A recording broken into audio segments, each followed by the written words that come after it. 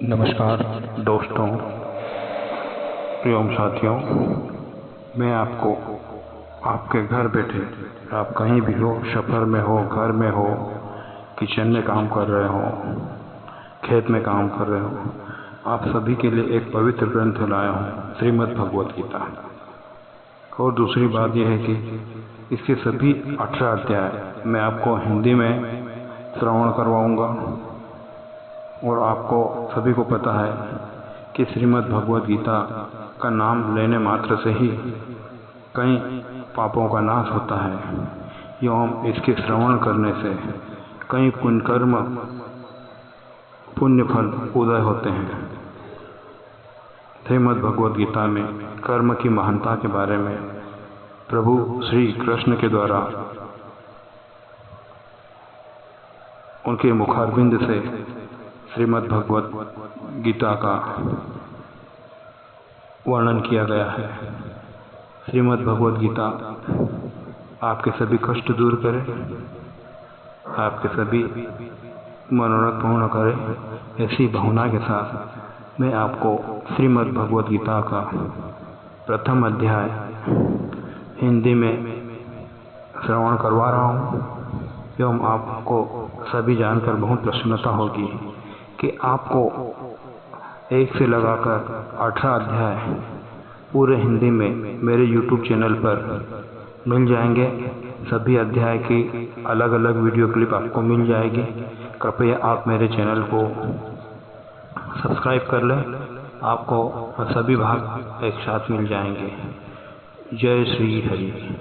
तो लीजिए श्रीमद् भगवत गीता का प्रथम अध्याय।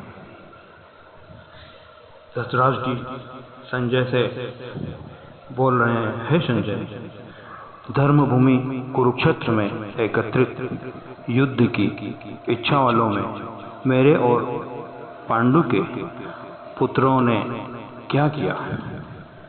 संजय जी बोले, उस समय राजा दुर्योधन व्यूह रचना युक्त पांडवों की सेना को देखकर और द्रोणाचार्य के पास जाकर यह वचन कहा। दुर्योधन बोल रहे हैं, हे आचार्य, आपके बुद्धिमान शिष्य द्रुपद पुत्र धृष्टद्युम्न द्वारा व्यूहकार खड़ी की हुई पांडु पुत्रों की इस भारी सेना को देखिए।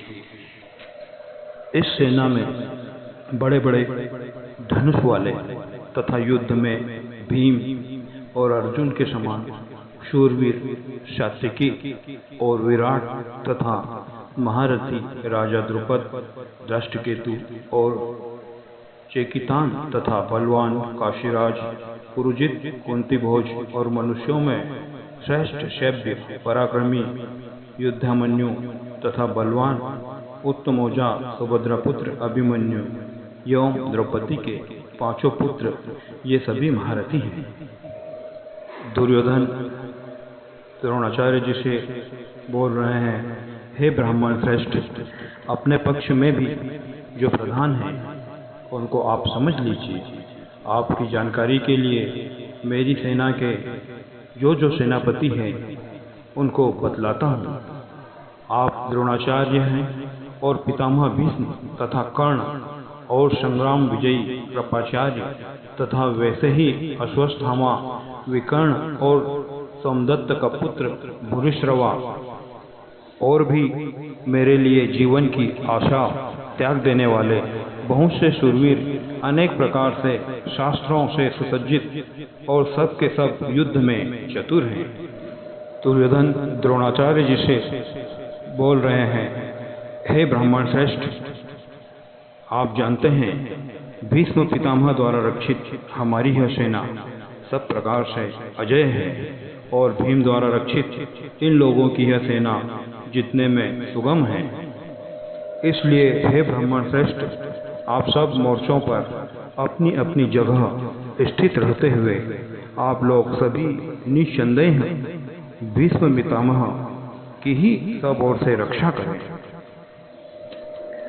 कौरव सेना में वृद्ध बड़े प्रतापी पितामह भीष्म ने उस दुर्योधन के हृदय में हर्ष उत्पन्न करते हुए उच्च स्वर से सिंह की दहाड़ के समान गरज कर शंख बजाया।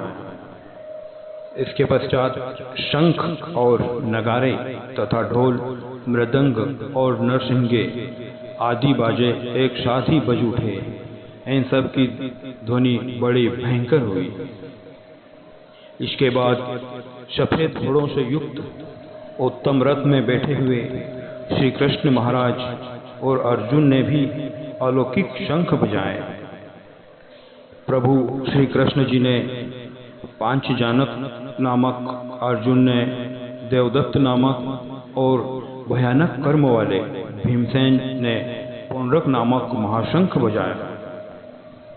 कुंती पुत्र राजा युधिष्ठिर ने अनंत विजय नामक और नकुल तथा सहदेव ने सुघोष तथा मणिपुष्प नामक शंख बजाए।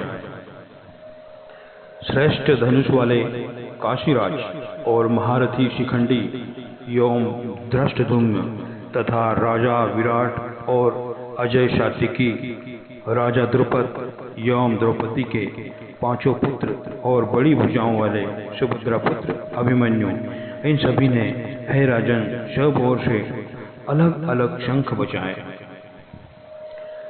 और उन भयानक शब्द ने आकाश और पृथ्वी को भी गूंजाते हुए कौरवों के पक्ष वालों के हृदय विदीर्ण कर दिए। संजय महाराज धृतराष्ट्र से कह रहे हैं, हे राजन, इसके बाद कपिध्वज अर्जुन ने मोर्चा बांधकर डटे हुए धृतराष्ट्र संबंधियों को देखकर उस शस्त्र चलने की तैयारी के समय धनुष उठाकर ऋषिकेश श्री कृष्ण महाराज से यह वचन कहा, हे अच्युत, मेरे रथ को दोनों सेनाओं के बीच में खड़ा कीजिए। और हे श्री कृष्ण, जब तक कि मैं युद्ध क्षेत्र में डटे हुए युद्ध के अभिलाषी इन विपक्षी योद्धाओं को भली प्रकार देख न लूं कि इस युद्ध रूप व्यापार में मुझे किन किन के साथ युद्ध करना योग्य है, तब तक उसे खड़ा रखिए।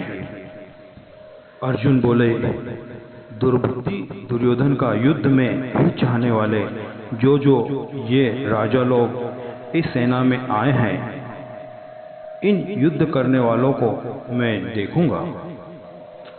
संजय बोले, हे महाराज धृतराष्ट्र जी, अर्जुन द्वारा इस प्रकार कहे जाने पर श्री कृष्ण जी ने दोनों सेनाओं के बीच में भीष्म और द्रोणाचार्य के सामने तथा संपूर्ण राजाओं के सामने उत्तम रथ को खड़ा करके इस प्रकार कहा कि हे पार्थ, युद्ध के लिए जुटे हुए इन कौरवों को देखो। इसके बाद अर्जुन ने उन दोनों ही सेनाओं में स्थित ताऊ चाचाओं को, दादों परदादाओं को, गुरुओं को, मामाओं को, भाइयों को, पुत्रों को, पौत्रों को तथा मित्रों को, ससुरों को एवं सरहदों को भी देखा। उन उपस्थित संपूर्ण बंधुओं को देखकर वे कुंती पुत्र अर्जुन अत्यंत करुणा से युक्त होकर शोक करते हुए यह वचन बोले। अर्जुन बोले, हे कृष्ण, युद्ध क्षेत्र में डटे हुए युद्ध के अभिलाषी इस स्वजन समुदाय को देखकर मेरे अंग शिथिल हुए जा रहे हैं और मुख सूखा जा रहा है तथा मेरे शरीर में कंप और रोमांच हो रहा है। वे का हाथ से गांडीव धनुष गिर रहा है और त्वचा भी बहुत जल रही है तथा मेरा मन भ्रमित सा हो रहा है, इसलिए मैं खड़ा रहने को भी समर्थ नहीं हूँ। हे केशव, मैं लक्षणों को भी विपरीत ही देख रहा हूँ तथा युद्ध में स्वजन समुदाय को मारकर कल्याण भी नहीं देखता। हे कृष्ण, मैं न तो विजय चाहता हूँ और न राज्य तथा सुखों को ही। हे गोविंद, हमें ऐसे राज्य से क्या प्रयोजन है अथवा ऐसे भोगों से और जीवन से भी क्या लाभ है। हमें जिनके लिए राज्य, भोग, सुखादि अभिष्ट हैं, वे ही ये सब धन और जीवन की आशा को त्याग कर युद्ध में खड़े हैं। गुरुजन, ताऊ, चाचे, लड़के और उसी प्रकार दादे, मामे, ससुर, पौत्र, साले तथा और भी संबंधी लोग हैं। हे मधुसूदन, मुझे मारने पर भी अथवा तीनों लोकों के राज्यों के लिए भी मैं इन सबको मारना नहीं चाहता। फिर पृथ्वी के लिए तो कहना ही क्या है। हे जनार्दन, धृतराष्ट्र के पुत्रों को मारकर हमें क्या प्रसन्नता होगी? इन आततातियों को मारकर तो हमें पाप ही लगेगा। अतएव हे महादेव, अपने ही बांधव धृतराष्ट्र के पुत्रों को मारने के लिए हम योग्य नहीं हैं, क्योंकि अपने ही कुटुंब को मारकर हम कैसे सुखी होंगे? यद्यपि लोभ से भ्रष्ट चित्त हुए ये लोग कुल के नाश से उत्पन्न दोष को और मित्रों से विरोध करने में पाप को ही नहीं देखते, तो भी हे जनार्दन, कुल के नाश से उत्पन्न दोष को जानने वाले हम लोगों को इस पाप से हटने के लिए क्यों विचार करना चाहिए? कुल के नाश से सनातन धर्म, कुल धर्म नष्ट हो जाते हैं। धर्म के नाश हो जाने पर संपूर्ण कुल में पाप भी बहुत फैल जाता है। तो हे मधुसूदन, पाप के अधिक बढ़ जाने से कुल की स्त्रियां अत्यंत दूषित हो जाती है। हे वैष्णव, स्त्रियों के दूषित हो जाने पर वर्ण संकर उत्पन्न होता है। वर्ण संकर कुल घातियों को, कुल को नरक में ले जाने के लिए ही होता है।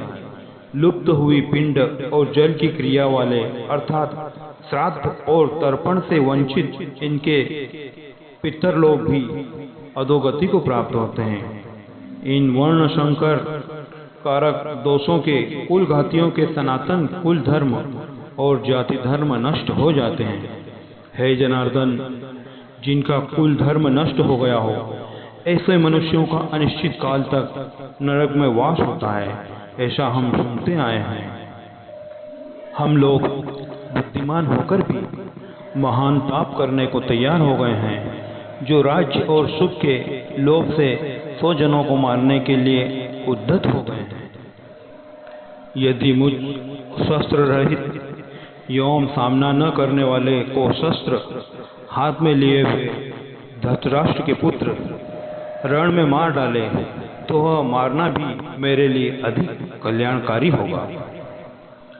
संजय महाराज धृतराष्ट्र से बोल रहे हैं, रणभूमि में शोक से उद्विग्न मन वाले अर्जुन इस प्रकार कहकर बाण सहित धनुष को त्याग कर रथ के पिछले भाग में बैठ गए। इति श्री प्रथम अध्याय समाप्त। अगर इसमें आपके किसी प्रकार के सुझाव आप देना चाहते हो तो मुझे कमेंट बॉक्स में लिख सकते हैं, एवं आप और क्या क्या पौराणिक कथाएं हिंदी में सुनना चाहते हैं वो भी मैं आपको YouTube पे उपलब्ध करवा दूंगा। कृपया दूसरा भाग सुनने के लिए मेरे दूसरे भाग का इंतजार करें, वो बहुत जल्द आपको मिल जाएगा। जय श्री कृष्ण।